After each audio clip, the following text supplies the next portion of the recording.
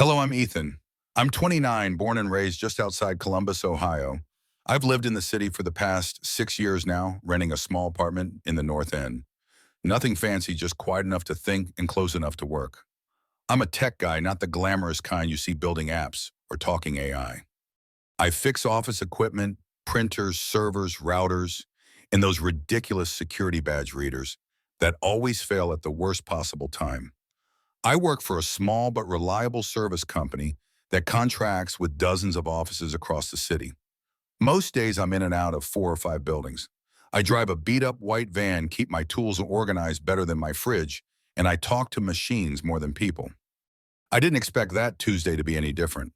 It was cloudy cold for April, and I was already behind schedule when I got a service ticket for a law firm on the 29th floor of one of those glass towers downtown. The client complained their network printer wasn't responding. Typical. I parked in the underground garage, badged in at reception, and headed to the elevator bank. I was alone at first until a group of people, clearly office staff, hurried in behind me. Suits, coffees, chatter. Then the whole energy shifted. She walked in last, and it was like the temperature dropped. Tall, striking, wearing a gray pencil skirt, black blazer, and heels that clicked sharp against the marble floor. Her hair was pulled back in this clean, perfect twist in her face. God beautiful but unreadable cold, even like someone who's had to control every room she's ever walked into. And that's exactly what happened. As soon as she entered the elevator, everyone stopped talking. No eye contact. Phones suddenly became very interesting. It was weird, like watching people vanish into themselves. I had no idea who she was. I just knew this woman had presence, the kind that makes you either shrink or speak. I didn't want to shrink, so I said something. I didn't think. I just opened my mouth. "You look like someone who wins a lot but never celebrates." Yeah, that's what I said out loud in a full elevator and instantly regretted it. No one laughed. No one even breathed. She turned her head, slightly looked right at me. For a second, I honestly thought she might tell me to shut up or worse. But then she smiled. Not a full grin, just a hint, like her lips couldn't decide whether to reward me or warn me, but it was there. And somehow in that tiny smirk, I felt like I'd survived something. The elevator dinged. Everyone shuffled out. She didn't say a word, just kept walking with that same steady, elegant pace like nothing had happened. I stepped out after her, heart still thumping, and went to fix the printer like nothing happened either. But something had. I didn't know her name. I didn't even know which floor she worked on. But I couldn't stop replaying that moment. That smile, it wasn't warm, it wasn't flirty, but it was real. And in a building full of people too afraid to say anything to her, I did. I said what no one else dared to, and she just smiled. That's where it started. I didn't see her again for about a week. I kept coming back to the same building for follow-ups and other service calls, mostly for the finance company on the 27th floor or the startup guys on 32. But I didn't know where she worked. Every time I stepped into that elevator, I caught myself looking up, half expecting her to be there. It was stupid. I didn't even know her name for all I knew. She was some executive who lived 3 floors above the rest of humanity, and yet that split-second smile stuck with me like something I couldn't explain. Then the next Friday I saw her again. I was in the downstairs coffee shop picking up a black coffee. No sugar, no cream, 'cause I'm boring like that. The place was buzzing with suits, earbuds, phones. I was staring at the screen with people's names when I felt it. That shift in energy again. I didn't need to look up to know it was her. The whole place got quieter by a notch. Not silent, but tense, like someone had just walked in who didn't have time for anyone else's nonsense. I turned my head. She was already halfway through the line. Same blazer this time, navy hair, the same no makeup, or at least none that screamed for attention. Just clean, immaculate, controlled. She stepped up to the barista like she did it every day. No good morning, no small talk, just double espresso, no lid room temperature. They knew her. She didn't wait. I was standing near the pickup shelf when she brushed past me. For a second, she glanced my way. "Still fixing machines," she said.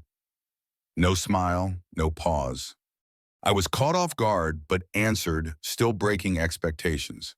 That time, nothing. No grin, not even an eye roll. She walked out like I wasn't even there, and I stood there like a dope, holding a coffee I didn't want anymore. Back upstairs, I asked a receptionist on the 29th if she knew the woman with the espresso and the no-lid thing. The woman raised an eyebrow. You mean Miss Hart, head of legal?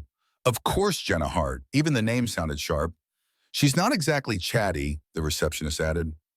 Most guys learn that the hard way. Later that day, I mentioned her name in the break room on 27, joking to a guy I'd spoken to before, Tom, a project manager. He laughed, oh man, Jenna, you're brave or dumb. She's brilliant, but she'll cut you down in 2 words. No filter, zero tolerance. You're not her type unless you're a merger or a lawsuit. Another guy chimed in, yeah, Jenna Hart chews through men like gum. You chew spit forget. I didn't like that. I didn't know her, but that didn't sit right. People love talking about her like she was some walking hazard. And maybe she was, but not to me. Not yet. A few days later, I ran into her again. This time outside near the loading dock. She was pacing, yelling into a phone, tearing someone to shreds verbally, but not loudly controlled, precise, but furious. And if you send me that draft one more time, without clause 28 locked, I will personally walk it back into your inbox and delete your license. Then she hung up, slipped the phone in her coat pocket, and saw me watching. I didn't flinch, didn't pretend I hadn't heard. I just nodded slightly and said, you know, yelling doesn't make your point louder, just makes it lonelier. I didn't even think, it just came out. She froze for half a second. That look, not anger, not amusement either. Something else. Appraisal, maybe. She stepped closer slowly, looked me dead in the eye. You should stick to printers, she said flatly. Not people. Then she walked away. I just stood there, heart beating, not sure if I'd crossed a line or earned a point. Everyone around her walked on eggshells. Everyone backed off. And I didn't. I kept thinking about that line. Stick to printers, not people. It wasn't a dismissal. Not really. It was a warning. But it also meant somewhere under that armor, she noticed I wasn't playing the same game as everyone else.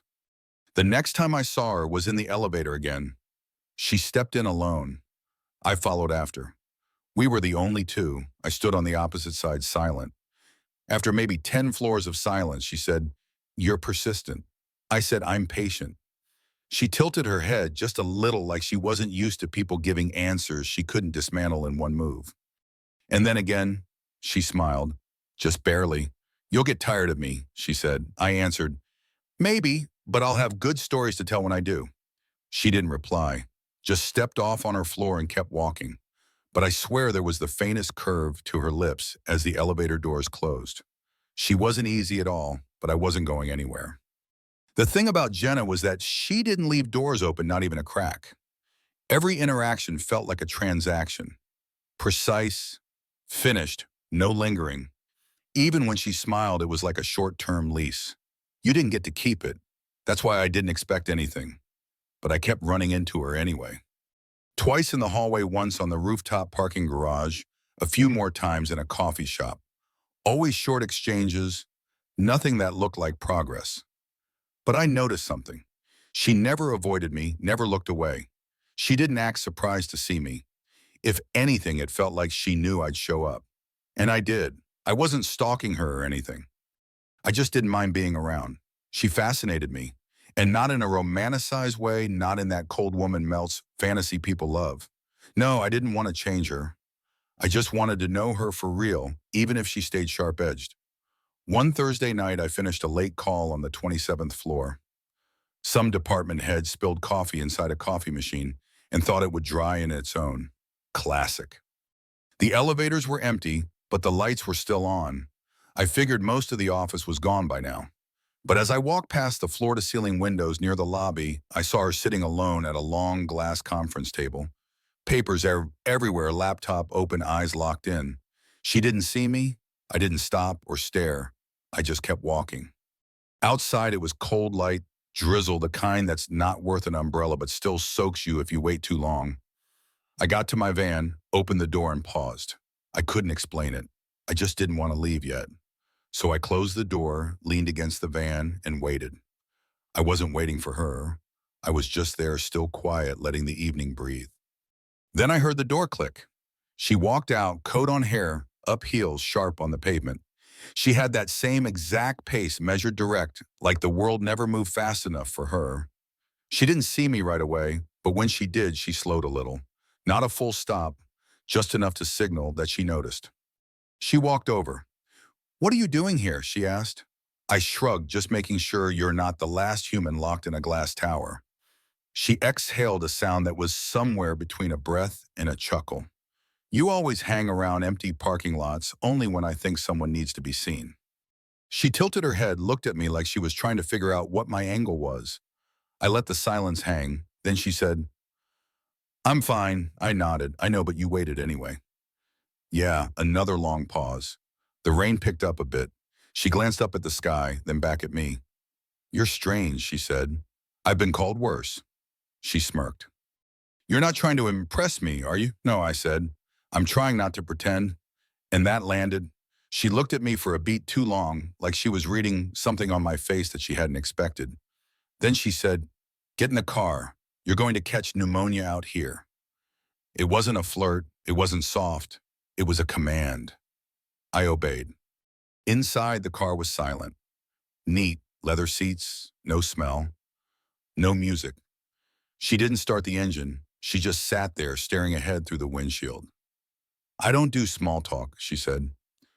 "Good, I replied. "I don't do pretend." She looked over. "You really waited for me?" I nodded. "No one ever waits for me," she said. Then she turned away. I didn't respond, not because I didn't know what to say, because I knew she didn't need an answer. She needed that sentence to sit there to echo. We sat there for a while, no agenda, no rush. Then she started the car and said, "Come by tomorrow, my office 11 for what I don't know yet." And that was it. She dropped me off by my van, didn't wait for a thank you, and drove off into the drizzle. That night I didn't sleep much because something changed. Not with her. With me, I realized I didn't care whether she fell for me or not. I just wanted to keep showing up. Even when she didn't ask, especially when she didn't. The next morning I showed up at exactly 10:58 a.m. I didn't knock. I waited outside her office like some intern about to get grilled. The firm had one of those sleek glass walls with blinds half closed so you could see shadows but not expressions. The door clicked.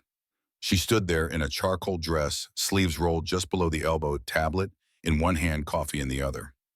No smile, no greeting. Just come in. I stepped into the room. Her office was minimal but high-end, no clutter. No framed quotes, no world's best boss mugs. Just her laptop, a stack of legal files, and the view. From up here, you could see half the city. Cars looked like ants, people like specks. I realized that from this height, maybe detachment came naturally. "Sit," she said. I did. She sat down across from me and began flipping through a document like I wasn't even there. 30 seconds passed, then a full minute. Finally, I said, "Do you usually invite people in just to ignore them?" She didn't look up. "Do you usually push your luck this early in the day, Touche?" I conned, just wondering what I'm doing here. She tapped her tablet twice, set it aside, and finally met my eyes. "I don't know." I blinked. "You don't know," she leaned back. I just felt like not being alone for once. I didn't say anything. I wasn't sure how to respond to that coming from her. "The woman everyone said didn't need anyone. You talk to people like you don't care what they think," she added. I shrugged. "I don't talk to most people." "Why not?" "Because most people aren't listening. They're just waiting for their turn to talk." She tilted her head, that half-appraising stare again. "I don't listen either," she said flatly. "You do," I replied. "You just pretend you don't because listening means letting someone in." That got her. For the first time since I met her, she looked caught. Not exposed, but momentarily without her usual control, like she hadn't expected that line or maybe hadn't expected to feel it. She stood up, walked over to the window, arms crossed. "I grew up around people who talked a lot," she said. "People who said things just to fill space, just to feel like they were right. I learned early it was easier to keep quiet and win." I stood up too. "But what's the prize for that?" I asked gently. "Silence, distance. Being so high up, nobody can reach you." She didn't answer. I walked over to stood beside her, not close, just near enough. You act like the world owes you something, I said, but it doesn't. And you know that. You just forgot how to stop fighting. She didn't move. Not a flinch. But her jaw tightened and still I kept going. You don't scare me, Jenna. Not because you're not sharp or intimidating. You are, but because I see what's underneath. Finally, she turned and she looked different. Not softer, not broken, just real. There was no act left. No role. Just her. Stripped down to the one truth she couldn't hide from. In that moment, I saw her. Not the version people avoided, not the image she maintained, but the human underneath. And then she smiled, not the sarcastic smirk, not the cold, amused one I'd seen before. A real smile, small, said honest. You're the first one who didn't run, she said. I didn't respond. I didn't need to. She sat back down. You ever go for lunch during work hours? I raised an eyebrow. Not unless a client buys. She opened a drawer, pulled out her bag, and stood up. My treat. We walked 2 blocks to a quiet spot she liked. No one from the office would be there, she said. She ordered a sandwich. I got soup, no wine, no lingering, just a meal. Simple.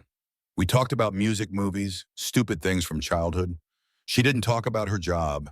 I didn't mention printers. She laughed once. I don't even remember what I said, but I remember that sound. At one point, she said, "You're still going to get tired of me." I shook my head. You keep saying that like it's your defense. It is, she admitted. If I say it first, it won't hurt when it happens. I looked her right in the eye. You think you're protecting yourself, but you're just preparing to be alone. Again, she said nothing, but I could tell she heard every word. That afternoon, she didn't invite me up. No lingering touch, no goodbye kiss. She just said thanks for lunch and walked away. And that was enough because I knew something had changed. Not everything, not overnight, but something cracked. And I was there to see it because I said something no one else dared to. And she smiled. We didn't become a couple overnight. There was no dramatic kiss in the rain, no big confession, no slow motion moment where everything suddenly changed. What happened between me and Jenna happened the way real things usually do, quietly, inconsistently, and with a lot of hesitation. After that lunch, we started seeing each other. Not officially, not romantically at first. She called it a few conversations over food. I didn't argue. We'd meet for a coffee on Fridays, sometimes for a quick lunch during the week.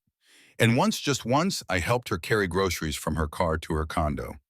That was the first time I saw where she lived. It was spotless. Of course, everything in straight lines, muted colors, no photos on the walls, no clutter on the counters. It felt like a place made for work, not for rest, like a model home nobody had ever really lived in. Nice place, I said. Thanks. I don't like mess. I wanted to ask if she liked comfort, but I didn't. Instead, I noticed her fridge had nothing but mineral water salad containers and a half-used jar of almond butter. I made a joke about it, and she laughed. We spent that evening on her couch, not talking much, just being. I didn't touch her. She didn't lean in, but she didn't ask me to leave either. By the end of the 3rd week, we started texting every day. Still dry, still her style. Short, efficient messages, but they were consistent. She didn't ghost. She didn't play games. If anything, she was disarmingly honest. One night she texted, "I hate how much I look forward to hearing from you." I replied, "That's the nicest insult I've ever received." She sent back a smirking emoji. First one I ever got from her. The turning point came when I got sick. Not dying sick, just a bad flu. Fever chills. Stuck in bed for 2 days. I didn't tell her. I didn't think to. I figured she was busy and I'd message her once I felt human again. She noticed the silence. She showed up at my apartment. I heard the knock through a fog of tissues and cough syrup. Dragged myself to the door in boxers, and a hoodie opened it, and there she was wearing jeans, sneakers, and a plain sweatshirt I never thought I'd see on her. "I thought you disappeared," she said. "And I don't like wondering." I blinked. "I looked like death. You always do," she said, pushing past me. She cleaned my sink, made tea, sat with me for an hour, just scrolling on her phone while I half slept. Before she left, she put a bottle of Tylenol and fresh orange juice on a nightstand. Then she looked at me and said, "You matter to me. I hate that, but it's true." And that was the moment. That's when I knew she was mine and I was hers. It wasn't grand, it wasn't public, it was real. After that, we didn't label anything. We didn't need to. She invited me over more often. I cooked for her sometimes. Basic stuff, nothing fancy. She hated when I left dishes in the sink, and I teased her for folding towels like a hotel. We had our first kiss sitting on her kitchen floor at midnight after I told her about my parents' divorce. She said, "That explains your patience." I said, "And your coldness." She didn't flinch. "That explains my fear." We kissed right after that. Soft, honest, no fireworks, but it meant something. We didn't move in together. She wasn't ready for that, but she gave me a drawer key and she started leaving the blinds open in her office. People noticed. Tom from the 27th floor asked me, "Dude, are you seriously seeing Jenna Hart?" I just smiled because, yes, I was. She didn't change completely. She was still blunt, still guarded in public, still kept her world tight and her circle tighter. But with me, she softened in those quiet moments no one else got to see. Sometimes we argued. Sometimes she disappeared in her own mind for hours. But I stayed and she let me. A year later, we were still together. No wedding, no Instagram announcement, just us navigating each other one day at a time. One evening, as we sat on our balcony watching the lights from the city, I told her, "You're still hard to love sometimes." She replied, "Good. I don't want it to be too easy. Easy things break." I said, "This won't." And she turned, rested her head on my shoulder and whispered, "You're the first thing in my life I don't want to control." That was it. That was our love. Complicated, imperfect, but ours. I never wanted to fix her. And she never tried to test me again because I did what no one else dared to. And she just smiled. The story of Ethan and Jenna unveils a profound life lesson. True connection often begins with fearless authenticity, even when it defies expectations. Ethan, a tech repairman, doesn't shrink from Jenna's commanding presence. A woman whose sharp intellect and guarded heart intimidate those around her. His unfiltered honesty, speaking when others stay silent, cracks the walls she's built, revealing her vulnerability and longing to be seen. Their journey teaches us that courage isn't just about bold actions. It's about showing up consistently without pretense for someone who seems unapproachable. Jenna's admission, "You're the first thing in my life I don't want to control," underscores the beauty of letting go of fear, of control of the need to always win, to embrace something real. It's a reminder that love and understanding flourish in the quiet spaces where we dare to be ourselves even when it's uncomfortable or uncertain. In our own lives, how often do we avoid the Jennas, those who seem too distant or intimidating, when a single genuine moment could spark something transformative? This tale urges us to step past fear, to speak our truth, and to stay even when the path is unclear. It's a call to cherish the imperfect human connections that make life vibrant. What's a moment when you took a risk to connect with someone unexpected? Share your story in the comments. I'd love to hear how it changed you. If this resonated, please like, subscribe, and hit the notification bell for more heartfelt stories that inspire us to live bravely and love deeply. Your support keeps these tales alive. Join our community today.